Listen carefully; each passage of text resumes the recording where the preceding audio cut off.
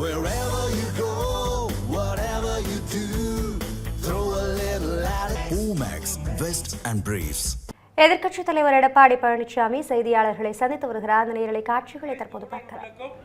அளித்திருக்கின்றோம், அதை நீங்கள் பார்த்திருப்பீர்கள்.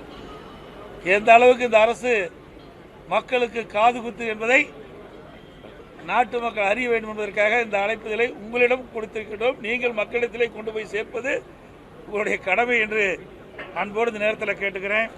2021ஆம் ஆண்டு திராவிட முன்னேற்ற கழகம் சட்டமன்ற பொதுத் தேர்தலும் போது 525 அறிவிப்புகள் வெளியிட்டாங்க. இதுவரைக்கும் 4 ஒரு அறிவிப்பு கூட நிறைவேற்றவில்லை. அதில் முக்கியமான பல அறிவிப்புகள் இன்றைக்கு அரசு ஊழியர்களுக்கு பழைய ஓய்வு திட்டத்தை நிறைவேற்ற என்று சொல்லி, ஆனால் அதுக்கு மாறாக பங்களிப்பு ஓய்வு திட்டத்தை தான் அறிவிச்சிருக்கிறாங்க. அரசு ஊழியர்களையும் இந்த அரசு ஏமாற்றி விட்டது. அதோடு பல துறைகளில் பணிபுரிகின்ற அலுவலர்களுக்கு பல்வேறு உறுதிமொழிகளை அளித்தார். சத்துணவு அமைப்பாளருக்கு வாக்குறுதி கொடுத்தாங்க, நிறைவேற்றல. பகுதி நேர ஆசிரியர்களுக்கு வாக்குறுதி கொடுத்தாங்க, நிறைவேற்றல. செவிலியருக்கு வாக்குறுதி கொடுத்தாங்க, நிறைவேற்றல. விவசாயிகளுக்கு வாக்குறுதி கொடுத்தாங்க, நிறைவேற்றல.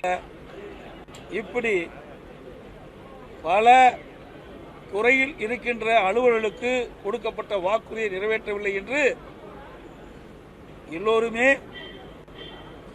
போராட்டத்தில் ஈடுபட்டு தமிழகம் ஒரு போராட்ட களமாக இன்றைக்கு மாறி இருக்கின்றது. கடந்த 5 ஆண்டுகளைப் போல இந்த ஆண்டு இடைக்கால நிதிநிலை அறிக்கையும் வார்த்தை ஜாலங்கள் நிறைந்த மேனா மினிக்கி உரையாகத்தான் இருக்கிறதே தவிர உருப்படியாக எதுவும் இல்லை.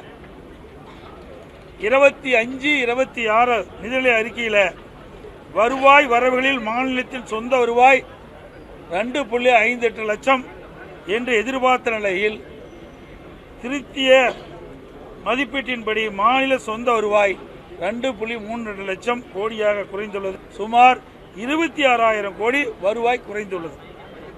அதேபோல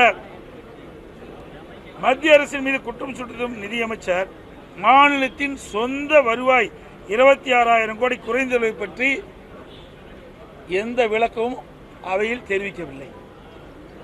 வரவு செலவு 2025-26ஆம் ஆண்டு 66,753 கோடி செலவிடப்படும் என்று கணித்த நிலையில் திருத்திய மதிப்பீட்டில் இதுவரை 51,442 கோடியாக, அதாவது சுமார் 15,000 கோடி குறைந்துள்ளதற்கு நிதியமைச்சர் எந்த காரணத்தை கொண்டு விளக்கவில்லை.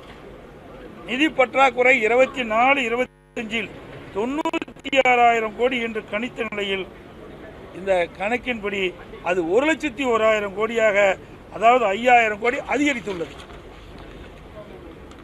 2025-26ஆம் ஆண்டு 1,08,000 கோடியாக நிதி பற்றாக்குறை இருக்கும் என்று கணிக்கப்பட்ட நிலையில் திருத்திய மதிப்பீட்டில் இது 1,24,000 கோடியாக உயர்ந்துள்ளது.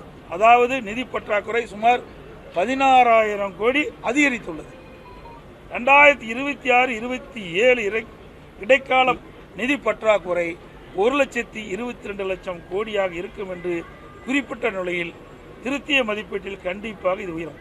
இந்த ஆண்டு நடப்பாண்டு 2026-27 1,22,000 கோடி பற்றாக்குறைன்னு சொல்றாங்க. திருத்திய மதிப்பீடு இன்னும் குறை இருக்குது. இவ்வாறு நிதி பற்றாக்குறை அதிகரித்துக் கொண்டே சென்றால் அதை ஈடு செய்ய மக்கள் மீது வரிச்சுமை மற்றும் கடன் வாங்கும் அளவு கூடும். இது மாநில வளர்ச்சிக்கு உகந்ததல்ல. திரு ஸ்டாலின் ஆட்சிக்கு வந்தவுடன்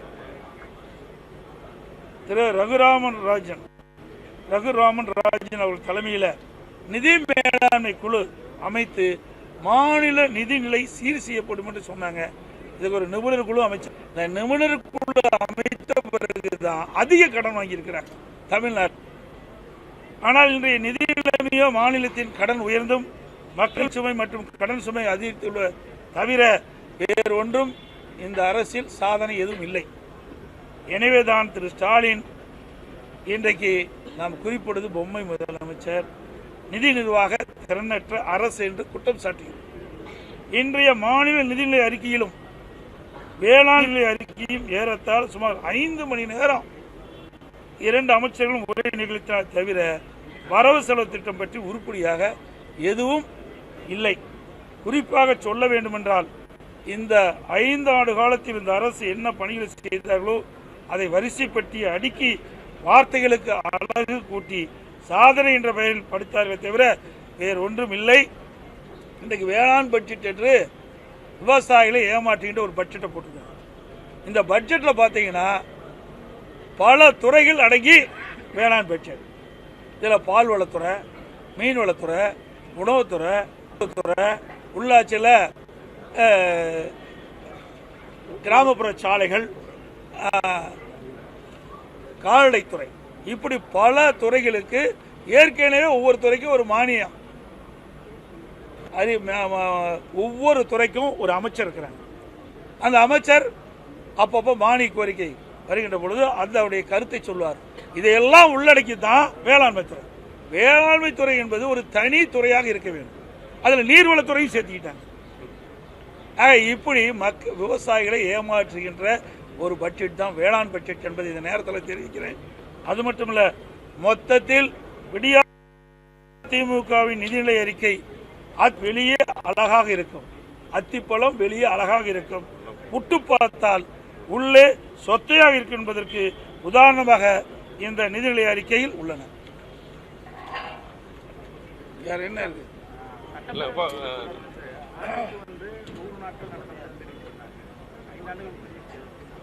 இதெல்லாம் சட்டமன்றத்தில் பேசலான்னு வந்தேன், நீங்க இப்பவே கேட்டுட்டீங்க. இது ஒரு அறிவிப்பை செஞ்சாங்க. 525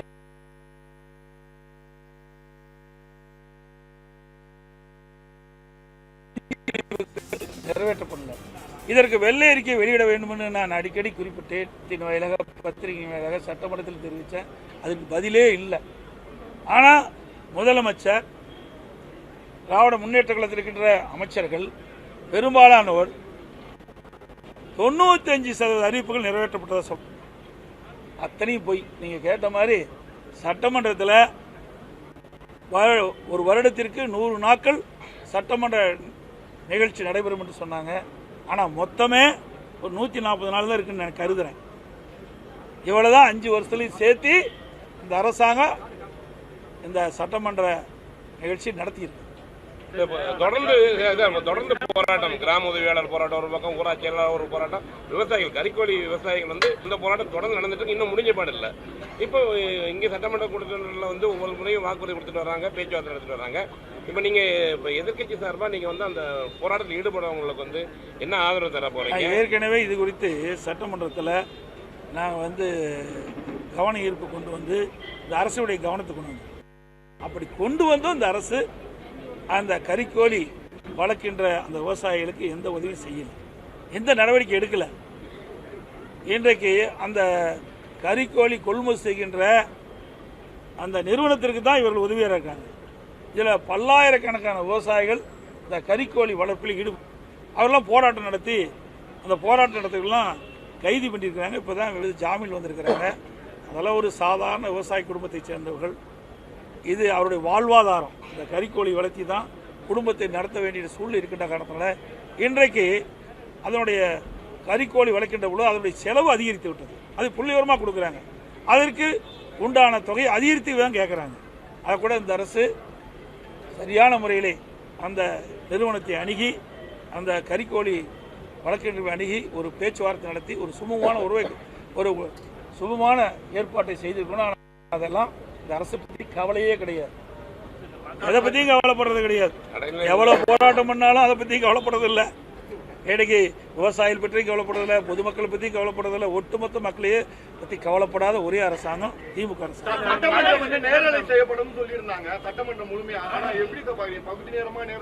அதாவது நான் பேசும்போது வராது,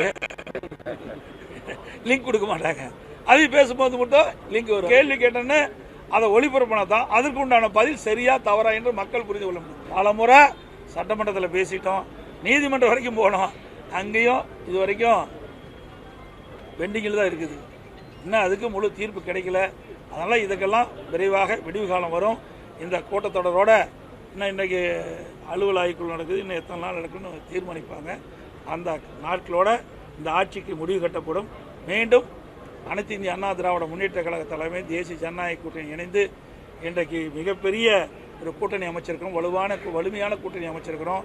எங்கள் கூட்டணி நடைபெறுகின்ற சட்டமன்ற பொதுத் தேர்தலில் அதிக இடங்களில் வெற்றி பெற்று அதிமுக ஆட்சி அமைக்கும் என்பதை தெரிவித்து அனைத்து ஊடகங்களுக்கும் நன்றி.